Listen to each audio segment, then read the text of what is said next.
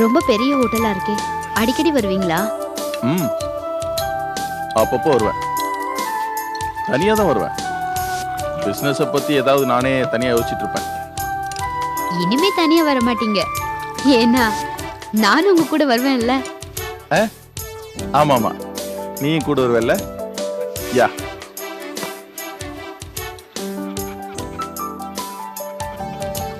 எனக்கு இதெல்லாம் கனவு மாதிரி இருக்குங்க. உங்க கூட இந்த மாதிரி எல்லாம், உங்களோட லவ்வரா இந்த மாதிரி இடத்துக்கெல்லாம் வருவேன்னு நான் நினைச்சு கூட பார்த்தது இல்லைங்க. லைஃப்ல எல்லாமே அப்படிதானே நிர்மலா? நீங்க என்ன லவ் பண்றேன்னு தெரிஞ்சதும் ஒரு நிமிஷம் நான் இந்த உலகத்தையும் மறந்துட்டேன் தெரியுமா? அப்படியா? ஆமா, நான் உங்களை ஐ லவ் யூ சொன்னப்போ உங்களுக்கு எப்படி இருந்துச்சு? எனக்கு ரொம்ப ஆச்சரியமா இருந்துச்சு. அருமையான சான்ஸ்னு. ஆனா அண்ணனை நினைச்சாதான் மனசு ரொம்ப சங்கடப்படுது. உங்க குடும்பத்தை அவர் விரோதமா தான் நினைக்கிறாரு. உங்க வீட்லயும் அப்படிதான். எனக்கு கவலையா இருக்குங்க. நீ சொல்றது எல்லாம் உண்மைதான் நிர்மலா. ஆனா இதுக்கெல்லாம் காரணம் யாருன்னு தெரியுமா? யாரு? நிர்மலா, நான் உன்னை எந்த அளவுக்கு லவ் பண்றேன்னு உனக்கு தெரியாது. நான் மட்டும் இல்ல, என் குடும்பமே உன் மேல பாசமா இருக்கு.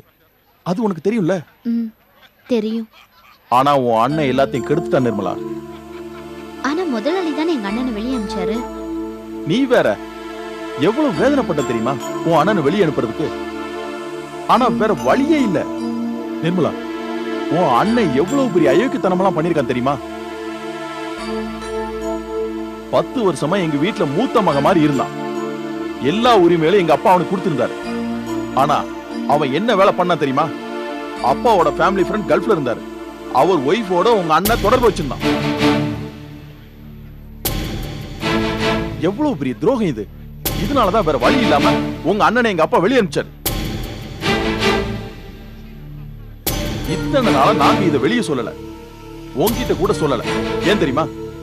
போயிட்டு போட்டுமே, மாணிக்கத்தை அசிங்கப்படுத்த வேண்டாமே நினைச்சோம். ஆனா உன் அண்ணன் பண்ற அயோக்கியத்தனமெல்லாம் பண்ணிட்டு கடைசியில எங்க கூட மோதுறான்.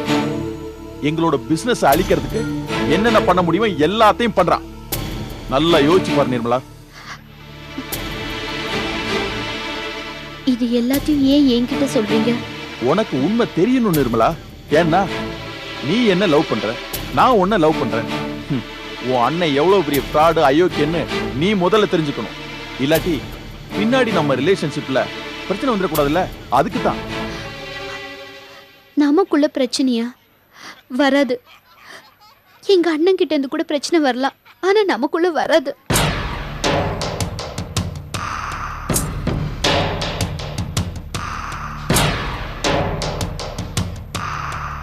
ரமேஷ், எங்க அண்ணன் மேல இருக்கிற வெறுப்புல என்ன ஒதுக்கிட மாட்டீங்களே? சச்சா, என்ன பேசுற நிர்மலா?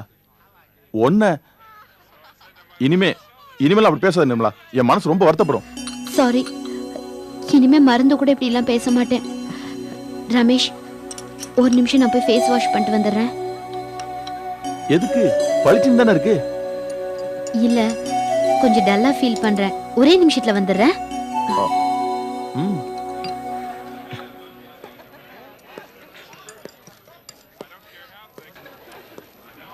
குமார், எங்கடா? ரமேஷ், நான் இந்த டேபிளாண்டா இருந்தேன். ரமேஷ், யாரா அது? உன் பர்சனாலிட்டி, இந்த அட்மாஸ்பியர் ரெண்டுக்கு சம்மந்தம் இல்லாமல் ஏதோ ஒரு சட ஃபிகரை கூப்பிட்டு வந்திருக்க. யார்? ஹவுஸ் கீப்பரா? காதலுக்கு கண்ணில்லைன்னு சொல்லுவாங்களே, அது இதான் போல இருக்கு. டேய், லவ்வும் இல்ல ஜவ்வும் இல்லடா, சும்மாடா. அப்படியா மேட்ரு? அப்ப ஜமாய் சில சந்தர்ப்ப சூழ்நிலைகள், அவ்வளவுதான். கண்டுக்காத. ஓகே ஓகே, வாழ்த்துக்கள். அப்ப நான் கிளம்புறேன்டா. ஓகே, பாய்.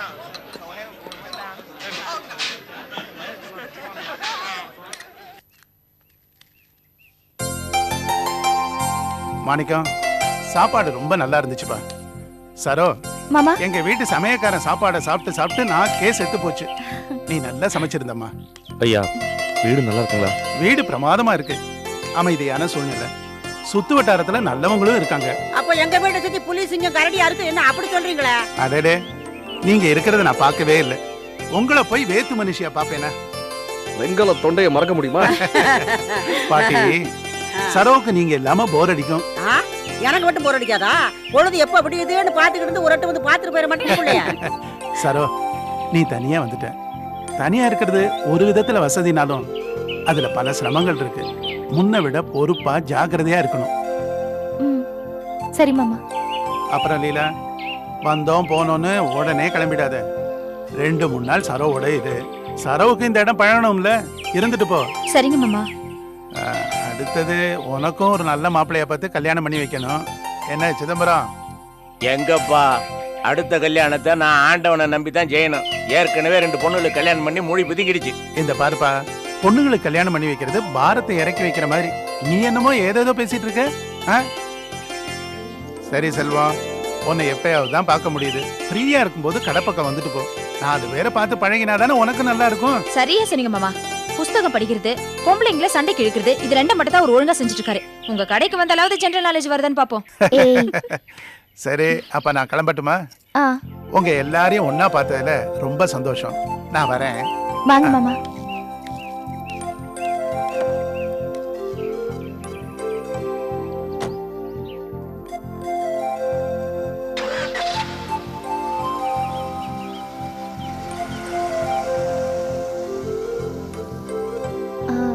என்னங்க சாப்பிடலாம்? இல்ல, எனக்கு பசிக்கல. வா.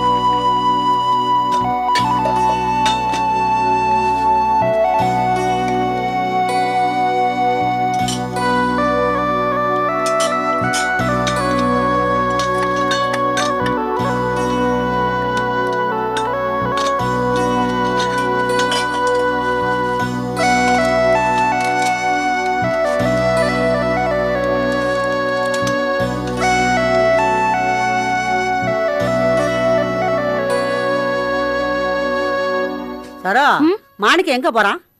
அத்தைக்கு சாப்பாடு எடுத்துட்டு போறாரு. அப்படியா? சரி, நான் போய் வீட்டுக்காரம்மாவை சாப்பிட கூட்டிட்டு வரேன். ஐயோ வேண்டாம், அவங்க என்ன சொல்லுவாங்களோ. யா? இல்ல பாட்டி, அவங்க ஒரு மாதிரி, நீங்க கூப்பிட்டீங்கன்னா என்ன சொல்லுவாங்களோ. அதென்ன அப்படி சொல்ற? பெரியவங்களை பார்த்து ஒரு மாதிரி அது இதுன்னு சொல்லக்கூடாதுமா. அதுக்காக நம்ம கூப்பிடாம இருக்கலாமா? நான் கூட்டிட்டு வரணும் இல்லையா பாரு. அது அப்படி நான் கூப்பிட்டா வராம இருப்பாங்களா? இந்த கூட்டிட்டு வரேன். பாட்டி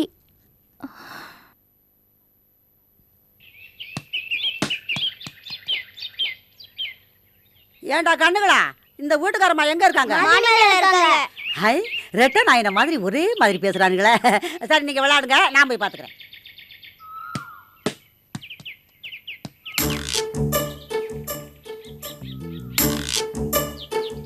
எப்பா, அம்மா, அம்மா, முருகா, அம்மாடி, இத்தனை வயசுக்கு பிறகு இத்தனை படி ஏற வச்சிய. ஏமா பார்வதி பரமேஸ்வரன் மாதிரி இவ்வளவோ பெரிய உயரத்தில் வந்து இருக்கிறீங்களே, இத்தனை படி ஏறி இறங்குறது உங்களுக்கு சிரமமா தெரியல?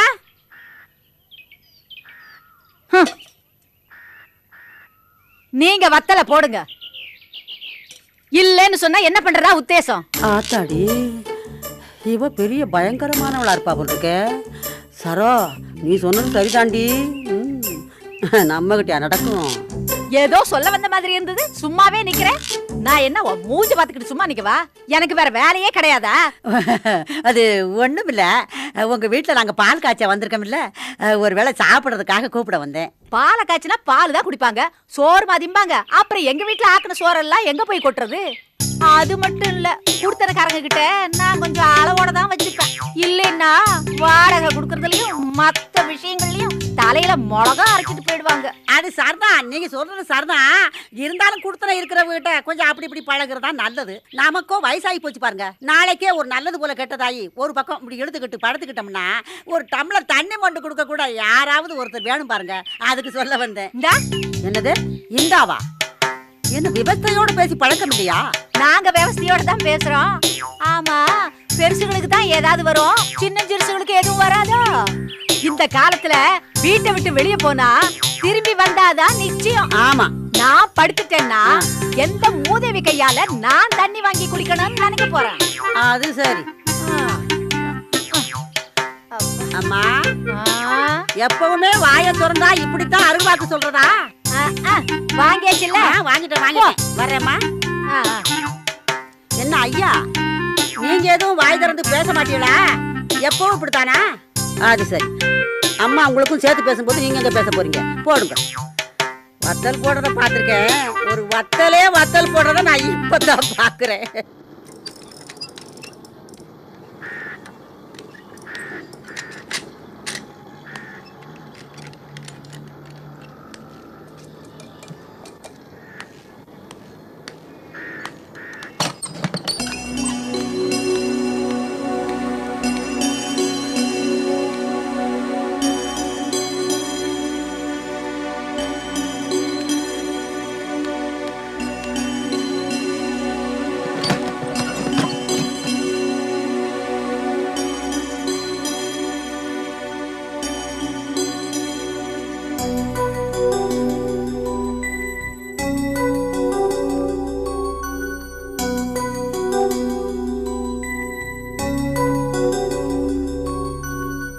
அம்மா,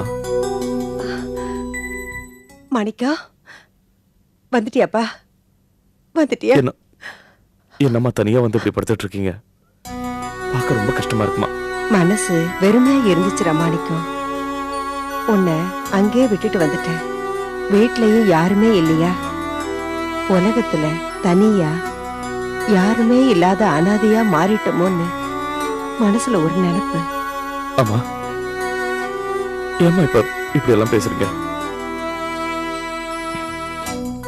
உங்களுக்காக சாப்பாடு எடுத்துட்டு வந்திருக்கேன், சாப்பிடுங்கம்மா.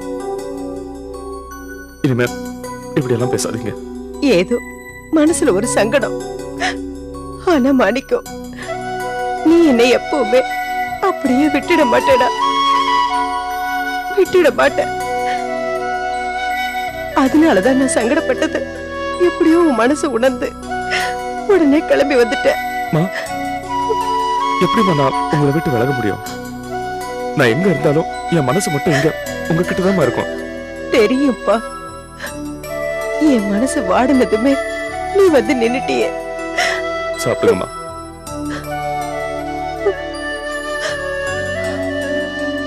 நீங்க இப்படி கண் கலங்குறது தான் ரொம்ப கஷ்டமா இருக்கு. ஆமா மாணிக்கம், நான் இப்படி கலங்கிறது தப்புன்னு எனக்கு தெரியுது. ஆனா என் மனசு கேட்கலையே, என்னையும் மீறி அது சங்கடப்படுது. அம்மா, இப்ப அப்படி என்னமா நடந்துச்சு? நீங்க சொன்ன மாதிரி தானே நான் நடந்துக்கிட்டேன். அப்படி இல்லடா மாணிக்கம், நான் முழுசா 3 பிள்ளைங்களை பெத்திருந்தாலும் நான் பட்ட கஷ்டங்களை முழுசா புரிஞ்சுக்கிட்டு என் மேல ரொம்ப பாசம் வச்சிருக்கிறவ நீதானே. அதான் உன்னால அங்க இருக்க முடியாம என்ன பார்க்கணும்னு கிளம்பி வந்துட்டேன். செல்வம் உன்ன மாதிரி இல்லடா. அவனுக்கு என்னோட சங்கடத்தை பத்தி எல்லாம் பெருசா எந்த கவலையும் இல்லை. சாப்பிடுங்கம்மா, சாப்பிட்டுட்டே பேசலாம்.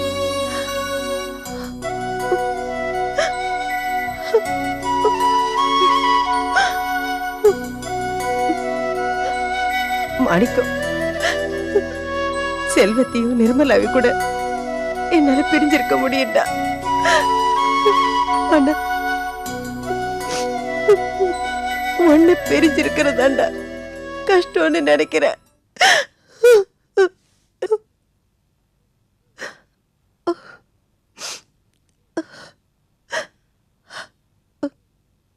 பரவாயில்லப்பா, எதுவுமே ஆரம்பத்துல கொஞ்சம் கஷ்டமா தான் இருக்கும்,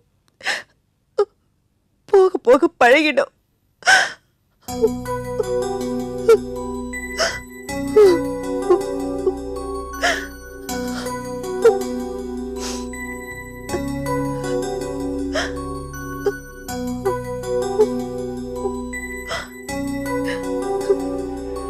மகன் பரிமாறி அம்மா சாப்பிடறதுக்கு கொடுத்து வச்சிருக்கணும்டா.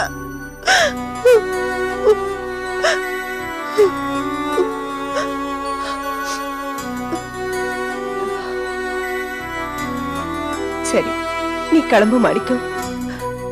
இல்லம்மா, பரவாயில்ல. இல்லப்பா, அங்க எல்லாரும் இருக்காங்க, நீ போப்பா, போ. இல்லம்மா, கொஞ்ச நேரம் இருந்துட்டு